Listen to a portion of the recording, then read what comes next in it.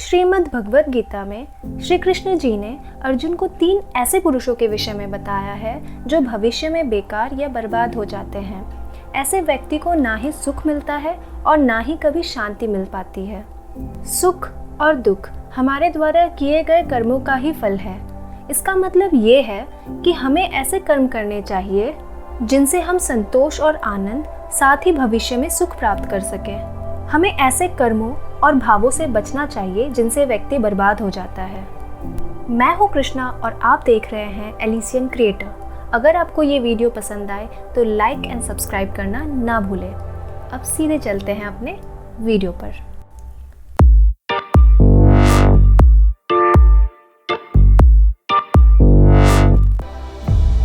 अज्ञश्च श्रद्धानश्च संशयात्मा विनश्यति नायं लोकोस्तिनः परा न सुखम संशयात्मनः।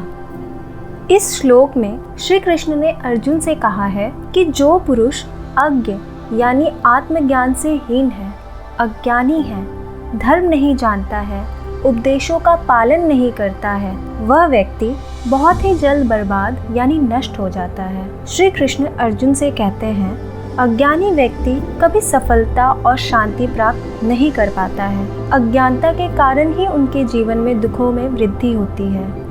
अर्थात हमेशा अज्ञानता को दूर करते रहने का प्रयास करते रहना चाहिए।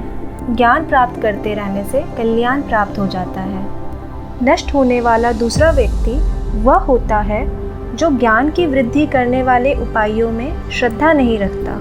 जो व्यक्ति उपदेश देने वाले ज्ञानी लोगों के प्रति हीन भावना रखते हैं, भगवान के प्रति श्रद्धा नहीं रखते, वह इंसान बहुत ही जल्दी नष्ट हो जाता है।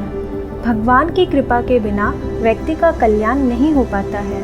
ऐसे लोग कभी सुख प्राप्त नहीं कर पाते हैं। यदि हम परमात्मा पर विश्वास रखते हुए सही काम करेंगे तो सफलता मिलने की संभावनाएं काफ़ी बढ़ जाती हैं। आगे श्री कृष्ण अर्जुन से कहते हैं तीसरा व्यक्ति वह है जो हमेशा संशय यानी कि शंका में रहता हो।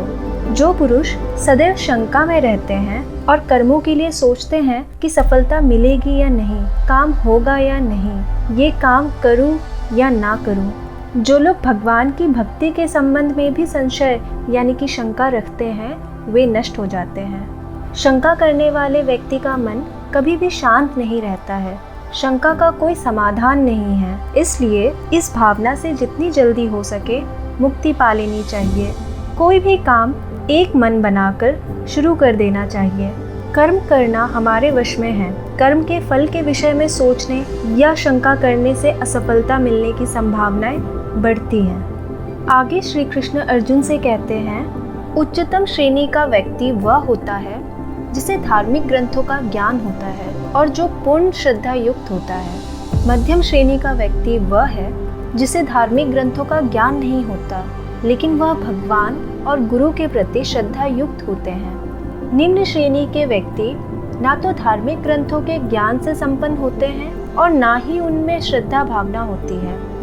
इस तीसरी श्रेणी के व्यक्ति के लिए भगवान श्री कृष्ण कहते हैं कि ऐसे व्यक्ति को ना तो इस जन्म में और ना ही अगले जन्मों में शांति प्राप्त होती है। इसके अलावा सांसारिक कार्यों में भी विश्वास की आवश्यकता होती है। चलिए जाते जाते अब इसे उदाहरण से समझ लेते हैं। अगर कोई महिला रेस्टोरेंट में जाकर अपने लिए खाना ऑर्डर करती है तो उसे यह विश्वास होता है कि रेस्टोरेंट के एम्प्लॉय उसके भोजन में जहर नहीं मिलाएंगे। फिर भी यदि वह महिला संदेह युक्त होकर अपने खाने का जांच करवाने लग जाए तो क्या लगता है आपको, तब फिर क्या वह अपने खाने का आनंद लेते हुए अपना पेट भर सकती हैं? इसी प्रकार से जब कोई व्यक्ति नाई की दुकान में शेव करवाने के लिए कुर्सी पर बैठता है और जब नाई तेज धार वाले उस्तरे को उसके गले पे रखता है, तब ऐसे में यदि वह व्यक्ति यह संदेह करने लग जाए कि नाई मेरी हत्या करना चाहता है, ऐसी स्थिति में वह नाई की दुकान में सहजतापूर्वक बैठकर नाई को शेव नहीं बनाने देगा। इसलिए श्री कृष्ण कहते हैं कि संदेही व्यक्ति को ना तो इस संसार में और ना ही परलोक में सुख मिल सकता है। आशा करती हूँ आपको मेरी ये वीडियो पसंद आई होगी। मिलते हैं नेक्स्ट वीडियो में। बाय।